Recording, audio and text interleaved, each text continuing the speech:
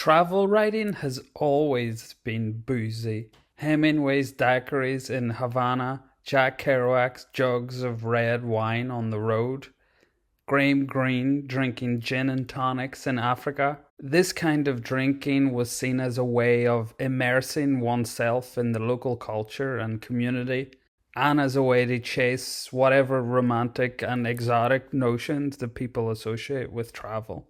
Later travel writers like Ted Simon, Bill Bryson, PJ O'Rourke, Tim Moore, Anthony Bourdain, and Polly Evans were delighted to continue in this tradition of boozy romanticism. Social drinking is fine, but if alcohol becomes a coping mechanism for the stress of travel and the solitude of the journey, it can become pathological.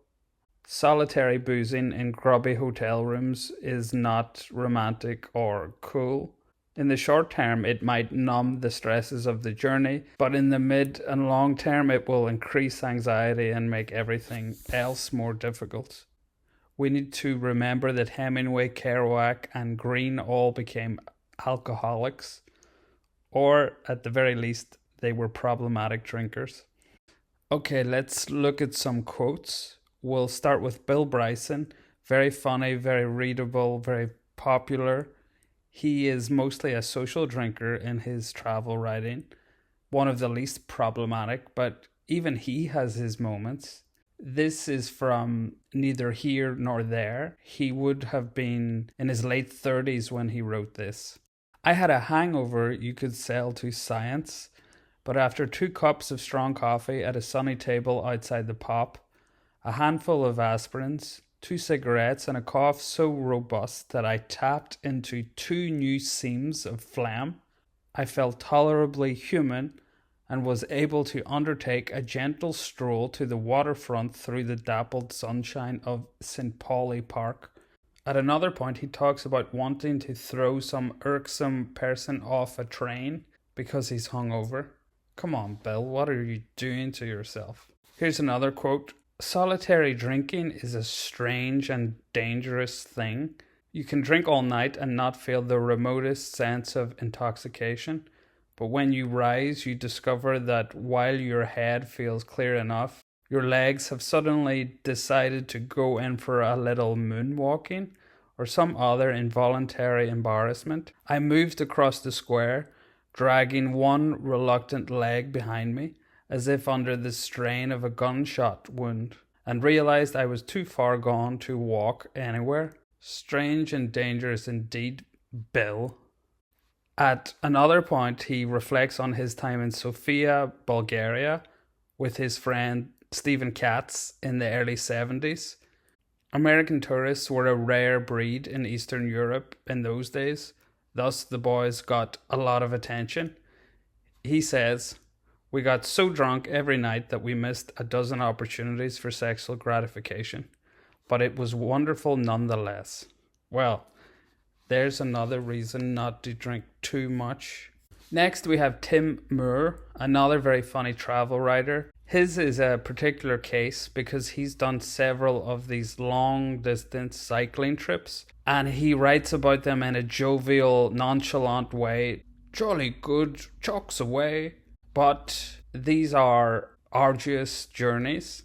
This is from French Revolutions, where Moore cycled the entire route of the Tour de France from the year 2000. I drank a quarter litre of wine that day. The next, it was up to half, and so it remained every lunchtime thenceforth. Always rosé though, which I actually don't like very much, but somehow seemed less tawdry. You don't see tramps on benches with their teeth stained red from years of rosé abuse. On these trips, there are a lot of potential dangers for the solitary traveller. Crime, mechanical failure, and unfamiliar environments, potential road closures or dangerous roads. These trips are physically and mentally draining. Drinking becomes a way to dull the pain and dampen the anxiety. Here's another quote. It didn't help that I had no idea how much had been in that jug, except that it was slightly too much. They say the pride becomes before a fall, but in my experience, it's far more likely to be wine. Forgetting to decleat, I keeled over into a ditch alongside the temporary traffic lights erected by the road gang. Here's another one. As we crudely mummified Paul's bike with airport baggage tape and cardboard, I had suddenly become mired in the deep melancholy that is the wine drinker's morning after lot. Whoa, deep melancholy, it sounds rough. In his book Spanish Steps, where he walks the Camino de Santiago with a donkey, he writes, on the one hand, it was only 11:30 a.m., but on the other, the wine was free. It was already very hot, but the wine was free. Ahead lay a steady 7-kilometer climb, free wine, with another 13 beyond that to the next refugio. Wine, free. Oh well, I only had 2 cupfuls. There. An hour later, I washed down my bocadillo with the half-liter I'd hosed into a water bottle. Vino gratis, free wine. In Polly Evans' book, It's Not About the Tapas, which recounts the story of her laudable, if misguided, bike trip around Spain, she mentions beer 33 times and wine 31 times. Alcohol becomes the prize, the focus, the thing that gets her from A to B. It's the reason to keep going. It had been a demanding day and I had calmly overcome the obstacles.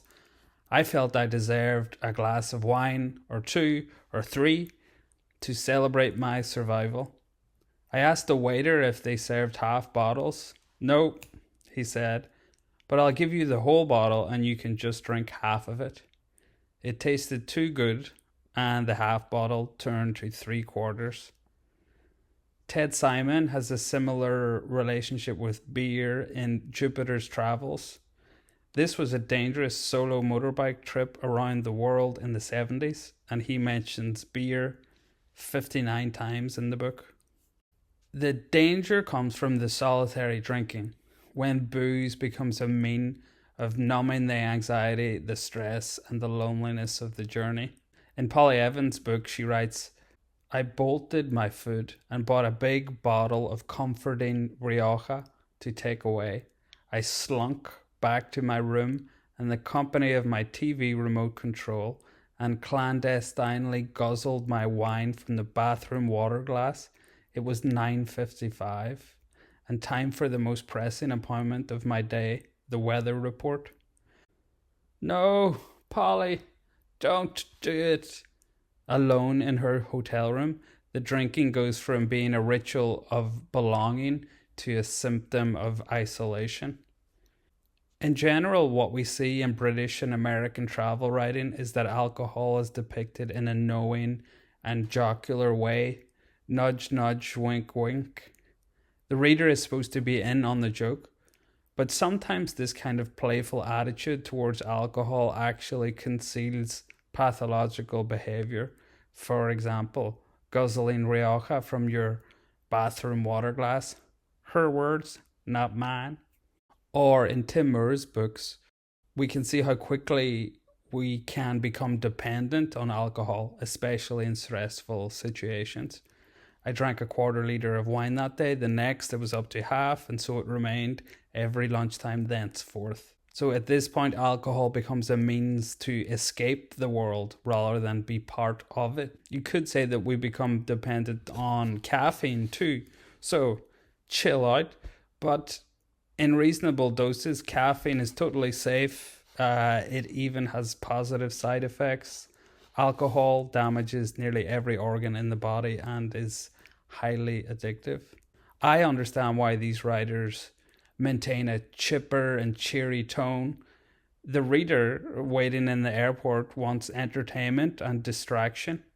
They don't want to hear about someone crying into their cornflakes in a lonely hotel because they're hungover. I don't think that any of the writers that I have quoted today have a problem. Their books just reflect how our culture treats alcohol and how we enable problematic drinking, and also how this issue is often obscured by droll humour. We associate alcohol with conviviality and festivity, but even in these cheery travel books, we can see how alcohol dependence can lead to self isolation. The next generation of travel writers surely will be more informed and won't perpetuate misguided notions about booze. I think that casual and solitary drinking should be stigmatized. Alcohol should only be consumed as a social ritual, and even then in moderation. Though, in saying all that, I can't see any publishers running to me asking me to write Uncle Jim's teetotal bike trip around Ireland.